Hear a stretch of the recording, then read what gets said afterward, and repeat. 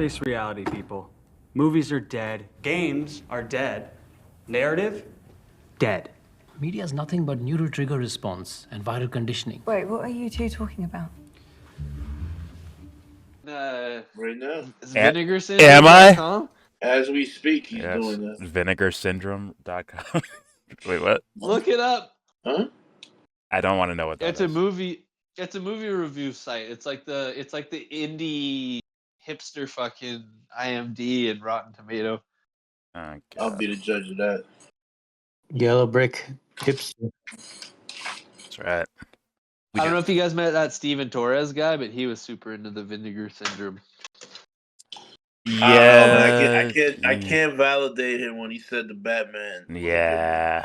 Yeah, I heard him say it. Yeah, he said that. What did he say? The Robert Pattinson one. Where is Tim Robbins? Where is Steven Torres? Oh man, he one day we had a debate. Well, he was like, just so you know, I'm recording, so if you don't want to say anything about him. oh, well, it's not bad. It's kind of a good thing. We were debating Jesus and stuff, and then like he was talking about like he met this girl or this girl's like having problems with her boyfriend or something at church, and then me and Gloria are like, "Hey, yo, go and swoop in on that fucking chick." So then he ends up like swooping in on her, and then one day he just shows up in the Discord. Yeah, he disappears for a bit, and then he just shows up in the Discord, and then we're like, "Hey, yo, Steve, what's up?" And then he shows up with this girl, and then we're like, "Steven, like, are you still doing that puppy rescue thing?" And we're just like lying and saying all this shit. Like, you saved that one guy's life that one day. Fucking blew his spot up. God damn. Yeah. And then, like, the next time they came in, like, a week later, they're like, "We're getting married." Holy shit. It's like, oh, my God. Oh, goddamn. Yeah. I hope he doesn't regret that decision. Then everything No, they're Jesus for life. Then why the fuck did he like the Batman, then? Someone help him out. Tell the Matrix all day. Jesus for life. She told him, "I ain't having sex till we get married." He's like, don't worry about it. We're getting married next week. Oh, my Lord. All right, anyways. We watched a movie called Midnight Cowboy, starring Mr. Jolie, a.k.a. John Voight, and Dustin Hoffman. Very, I would say, like, indie vibes to it for sure. Kind of like a walkabout type of thing, or watching one character's journey from one state of mind to another.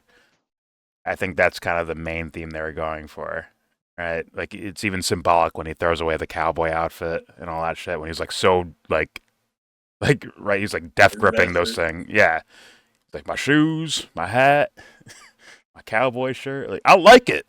Like, Dustin Hoffman's like, you look goofy wearing this shit. Like, well, I like it. But all the old ladies, they're all making fun of you. Yeah. They're all making fun of you behind your back.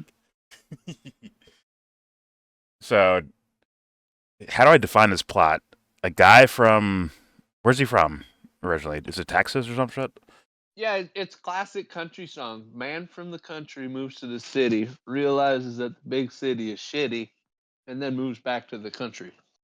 Are we going to call Miami the country? Let's not do that. But, it's flat.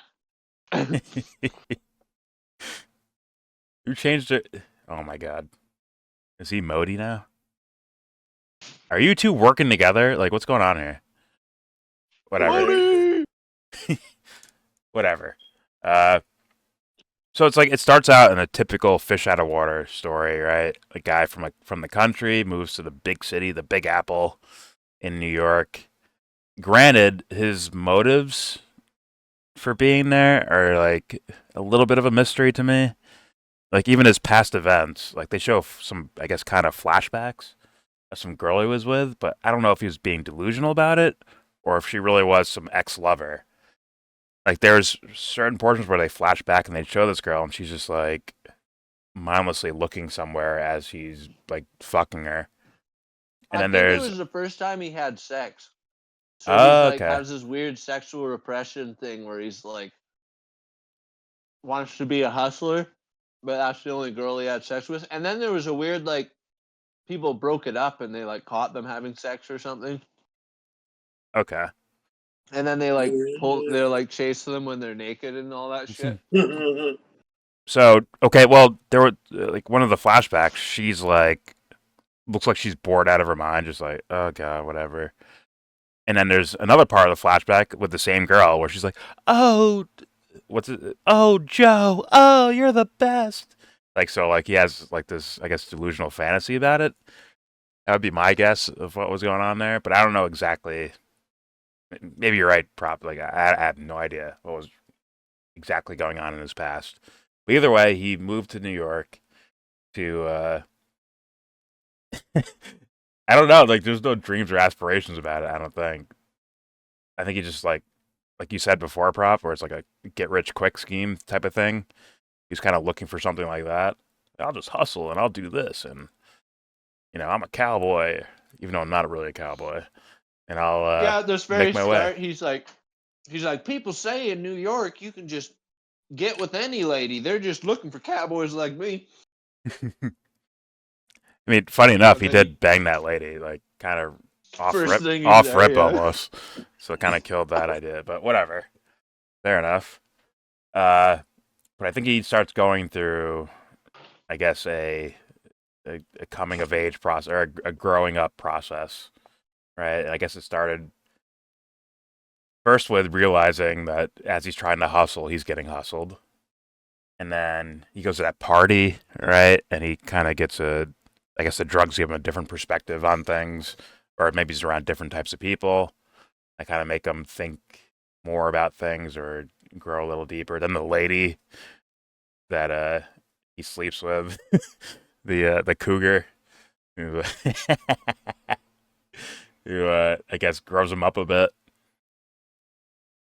And then, like, I guess he dives into full blown corruption where he robs the guy and takes his money and then uses it to get to Florida with his buddy Dustin Hoffman, who's still stuck in the same mindset, which might be why, like, that could be a symbol for his like way of thinking dying off, because the John Voight character continuously grows. I guess I don't. Grows probably the wrong word. Progress. He moves in a different direction, while Dustin Hoffman, Ratso, it kind of stays in the same mindset, and maybe he dies because of it. Even at the party, he's trying to like steal food, and the girl's like, "Yeah, all the food is free here. You can just take it." But he's like trying to stuff it in his like front pocket or something. Like, you don't have to hustle here, man. Just take your shit. You can take anything you want here. It's free love, man. Free love. Enjoy the party. So, I mean, that's what the movie it seemed like it was telling me. That's what I got from it. Like this kind of walkabout progression, and the characters you meet are life lessons you kind of run into, right? And your experiences with them are life lessons, and then it leads to where you're an absolutely different person by the end, which is when he dumps his cowboy boots and cowboy outfit in the garbage, right? And kind of moves on with his life. Gonna start a new adventure, I guess. I'm like, okay, I'm cool with that. See, I really relate with this because I grew up in the country, moved to the big city, Okay. got my dick sucked in a theater by some dude, and then I, realized the city's kind of weird, and then I moved back to the country and started a business. Now I'm a grown up. Well, if you imagine it symbolically, And my friend died too. okay, My friend Ratso pretty much died. Shout out to T. Rolf. R.I.P. shout out to him, man. But if you took this story and if you took the symbolism of it and portrayed it like with just a kid's life, right? These are the things they run into, like the questions about your own sexuality, about your place in the world, somewhat about morality, even like the people you meet that kind of like turns you from, I guess, Buster to you become more authentic as you go by, right? Like this dude was a buster when he showed up. He's out here faking it and shit like that. Yeah, well, I'm a hustler. And they're like, and the sharks are like, are you really? And they just take money from him. So, yeah, it's kind of somewhat of a coming of age type of thing. That was the funniest part when the lady slept with him and then was like, "Oh, sorry, I don't have any money." Yeah, Whatever. hustled the shit out of He's all like fucking confident because he just pulls up to fucking New York and he fucking is getting laid right away. him. I won. I lost. Fuck. But okay. That's a throwback. Like I've probably mentioned this movie a bunch of times. Roadside Prophets, which is like an indie movie where the character, like, even though the things seem like just like this movie, where it almost feels surreal and unrealistic, but it gives the sense of like a character's on a journey, and then the characters that the main character runs into are kind of telling a story themselves about what the character's learning, if that makes sense. So that's like kind of the vibe I got. What do you think about the end before they got on the bus? Before which part? The part with The death, the guy, the the guy kill. who he killed.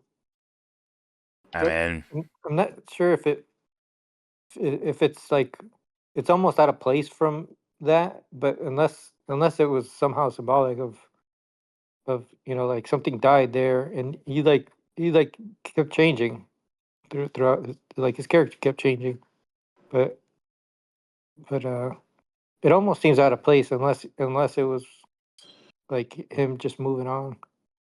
well, it's him learning the Maybe that value of a was dollar. it was the death of his ego.